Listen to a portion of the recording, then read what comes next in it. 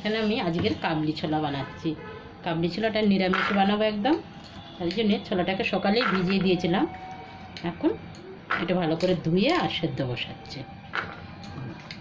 এখানে আমার 500 ছোলা আছে, এটা দিয়ে দিলাম। এখানে 3টে তেজপাতা দিয়ে দিচ্ছি, সাথে 2টো বড় এলাইচি, একটু দিচ্ছি হলুদ আর একটু নুন দিয়ে সেদ্ধ বসাবো। হলুদ দিয়ে দিলাম আর একটু নুন দিয়ে দিচ্ছি। এবার একটু জল দিয়ে দেবো, আমি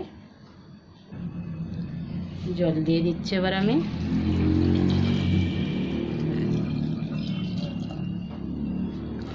কুকারে ঢাকন বন্ধ করে সেদ্ধ বসা। ছোলাটা আমার সেদ্ধ হয়ে গেছে। এবার ছোলার জন্য একটা মশলা তৈরি করছি আমি। এখানে সাদা তেলের মধ্যে গোটা জিরে দিয়ে দিলাম হিং, সাথে দিয়ে দিচ্ছি কটা কাঁচা লঙ্কা কুচি রেখেছি 2-3টে, এটাকে আমি দিয়ে দিলাম। একটু আমি নুন দিয়ে দিচ্ছি, তাহলে ছিটাবে কম। এবার আমি টমেটোটা দিয়ে দিলাম।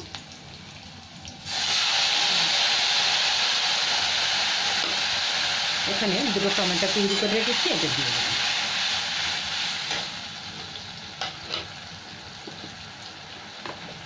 এখানে দিয়ে দিচ্ছি আমি কাশ্মীরি লঙ্কার গুঁড়ো,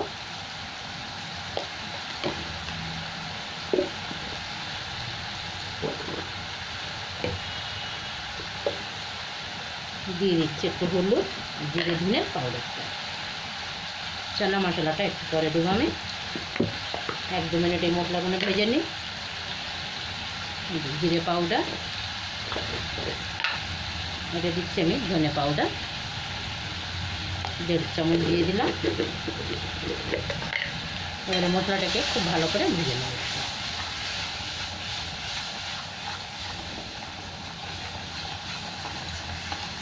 এবার আমি এখানে দিয়ে দিলাম চানা মশলাটা, এটা 1 চামচ দিয়ে দিচ্ছি।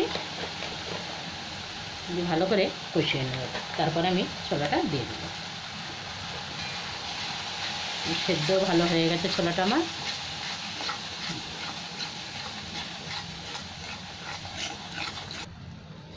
এখানে আমি আবার ছোলাটা দিয়ে দিচ্ছি। মশলাটা আমার খুব ভালো ভাজা হয়ে গেছে।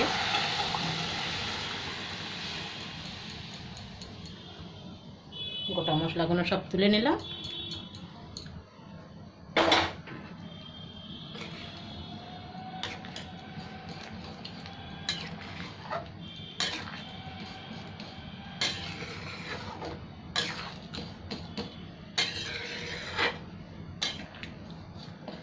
এটা ফুটে গেলেই হয়ে যাবে, আর কিছু লাগবে না। এখানে আমার ছোলাটা হয়ে গেছে। এবার আমি গ্যাসটা বন্ধ করে দিলাম। নিরামিষ ছোলা আমার, এটা লুচির সাথে পরোটার সাথেও খুব ভালো হয়। একটু টেনে যাবে ঝোলটা একদম। গ্যাসটা বন্ধ করলাম।